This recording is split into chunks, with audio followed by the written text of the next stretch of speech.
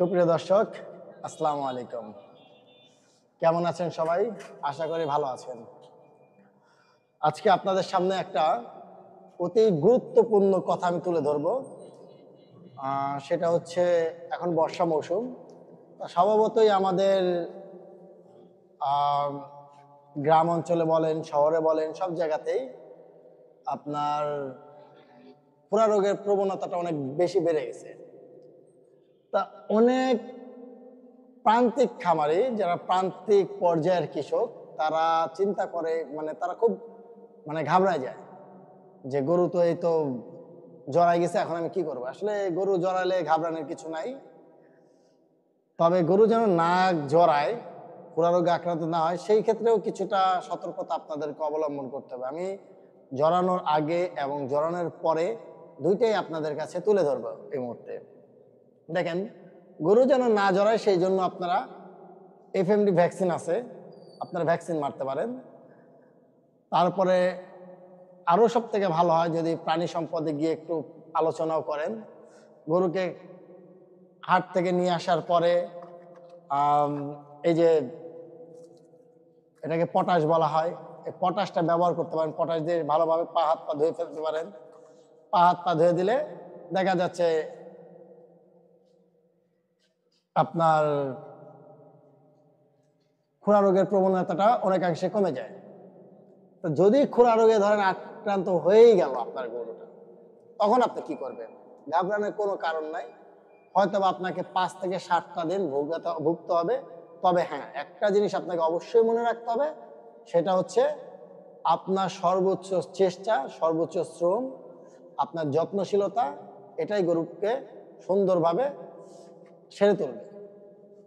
আপনি যদি দেখেন যে খুরা রোগের গরুটা আসলে খুরা রোগ হলে দেখবেন আপনি ফার্স্টে জ্বর আসবে।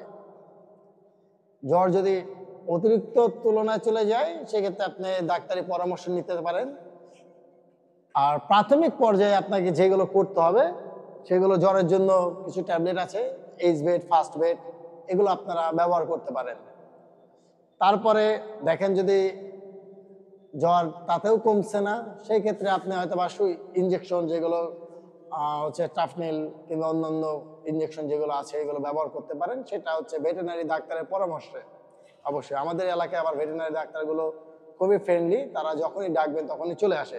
তো যাই হোক, গরু যখন জড়াবে দেখবেন তার মুখ দিয়ে লালা বের হয়। লালা বের হলে কি হবে? তার পা দেখবেন ফোসকা পড়ে যায়। তো এগুলো করলে কি হবে, কিভাবে এগুলো থেকে আপনি দ্রুততার সাথে সাথে আপনার গরুকে সেরে তুলতে পারবেন, আমরা সেই দিকে যাচ্ছি।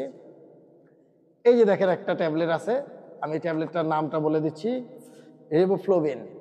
এই ট্যাবলেটটা দাম খুবই কম, মাত্র 5 টাকা পাতা। মানে এক পাতায় আপনারা কি করলেন, গুঁড়া করলেন, গুঁড়া করে ওর মুখের সাথে ডলে দিলেন যদি পারেন। এটা অ্যাপথোকেয়ার স্কয়ার কোম্পানি।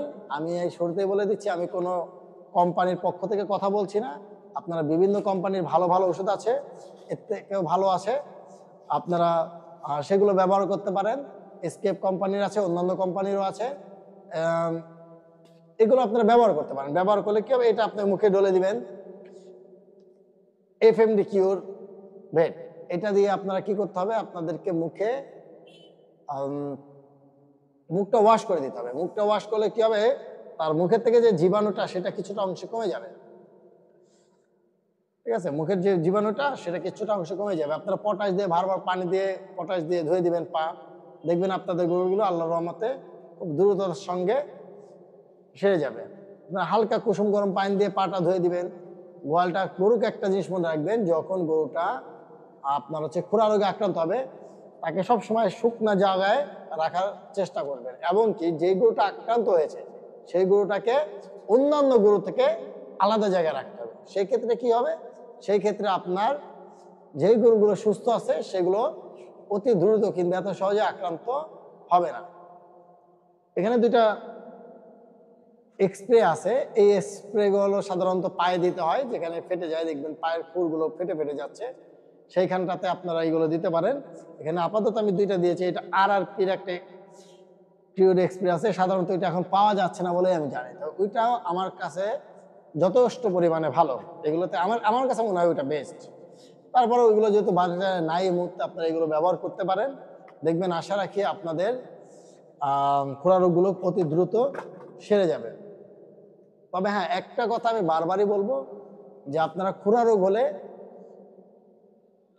আপনার প্রাথমিক চিকিৎসা যেটা আপনারা সেগুলোকে দেন, সেগুলো অবলম্বন করেন।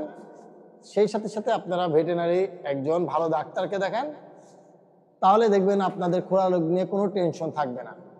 খুরা রোগ নিয়ে এত ভয় পাওয়ার কোনো কারণে, আবার হ্যাঁ, আপনি যদি অবহেলা করেন দেখবেন এই রোগটা যদি আবার এমনও হয় কখনো কখনো যে লারির সাথে পর্যন্ত খুরা রোগের একটা আক্রান্ত জড়া যায়। তা আমরা এগুলো থেকে আপনার সতর্ক থাকবো। সাধারণ প্রাথমিক চিকিৎসাগুলো আমরা দিতে থাকবো, ইনশাল্লাহ দেখবেন এগুলোতেই আপনার মোটামুটি সাফল্য লাভ করবেন। এই ছিল আমার আজকের মতো আপনাদের জন্য বলার। আপনারা যদি কোনো কিছু জানতে চান অবশ্যই আমাকে কমেন্টে জানাবেন। আমার যদি কোনো জায়গায় আপনাদের জানার ইচ্ছা হয় এই জিনিসটা নিয়ে আপনারা আমাদেরকে ভিডিও দেন, অবশ্যই কমেন্টে জানাবেন। আমি আপনাদেরকে যেটুকু পারি সেইটুকু ব্যক্ত করব, যেটুকু না পারি আমাদের এলাকার ভেটেরিনারি ডাক্তারদের সাথে আলোচনা করে আপনাদের সাথে আমি এটা শেয়ার করার চেষ্টা করবো ইনশাল্লাহ। আজকের মতো এখানেই, আল্লাহ হাফেজ।